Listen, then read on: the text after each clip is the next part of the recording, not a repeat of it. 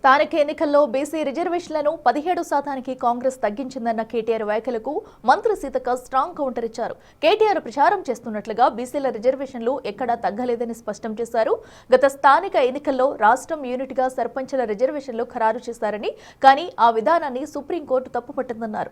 సర్పంచుల రిజర్వేషన్ల ఖరారుకు రాష్ట్రం యూనిట్గా కాకుండా మండలాన్ని యూనిట్గా తీసుకోవాలని సుప్రీంకోర్టు తీర్పునిచ్చిందని తెలిపారు. అందుకోసం ప్రత్యేకంగా డెడికేటెడ్ కమిషన్ను ఏర్పాటు చేయాలని కూడా చెప్పిందని సుప్రీం తీర్పును మంత్రి గుర్తు చేశారు.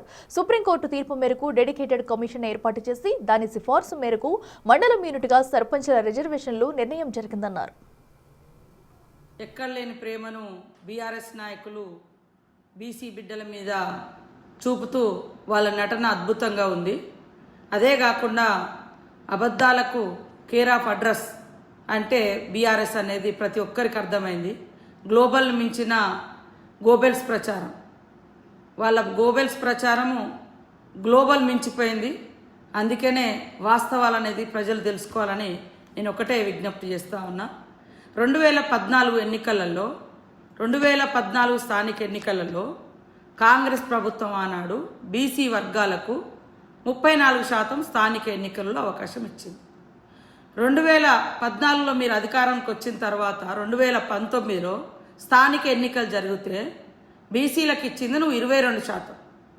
గొంతు కోసింది ఎవరు? నువ్వు. ఈరోజు మేము బీసీ వర్గాల మీద అభిమానంతో, ప్రేమతో, మా రాహుల్ గాంధీ గారి యొక్క ఆదేశానుసారం వారికి ఉన్న కమిట్మెంట్తో బీసీలకు వారికి అంత అవకాశాలు ఇవ్వాలని కులగణన చేసి అసెంబ్లీలో పెట్టి తీర్మానాలు చేసి సుప్రీంకోర్టు ఆదేశానుసారం డెడికేటెడ్ కమిషన్ వేసి ఆ డెడికేటెడ్ కమిటీ ఆధారంగా కులగణన చేపట్టి ఆ కులగణన ఆధారంగా ఈరోజు రిజర్వేషన్లను నిర్ధారించడం జరిగింది. కానీ ఆ రోజు 2019లో 14లో 34% 19కి తగ్గించి నువ్వు భారీ కుట్ర చేసి బీసీల గొంతు కోసింది నువ్వు, బీఆర్ఎస్ పార్టీ, మేం కాదు. సుప్రీంకోర్టు ఆదేశానుసారం సర్పంచ్ ఎన్నికలలో మండలాన్ని యూనిట్గా తీసుకోమన్నారు, గ్రామస్థాయి ఎన్నికలలో వార్డు మెంబర్లు యూనిట్గా తీసుకోమన్నారు, జిల్లా యూనిట్గా జెడ్పీటీసీలు, స్టేట్ యూనిట్గా జిల్లా పరిషత్ చైర్మన్స్. ఇది సుప్రీంకోర్టు ఆర్డర్. సుప్రీంకోర్టు కూడా డెడికేటెడ్ కమిషన్ కూడా వేయండి అని ఆదేశించను. ఆ కమిషన్ వేసినటువంటి ఆధారంగా వారు ఇచ్చినటువంటి రిపోర్ట్ ఆధారంగానే ఈ రిజర్వేషన్లు స్థానిక ఎన్నికలకు స్థానికంగానే మేము జనాభాను పరిగణలోకి తీసుకోవడంతో కొన్ని చోట్ల బీసీలకు తగ్గింది, కొన్ని చోట్ల పెరిగింది.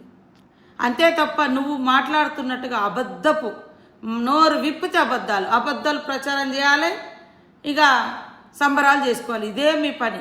అబద్ధాలు ఎక్కువ కాలం మనుగడలో ఉండలేవు, నిజం చరిత్రలో నిలబడుతుంది. అది గుర్తుపెట్టుకోవాలని కేటీఆర్ గుర్తు చేస్తాము.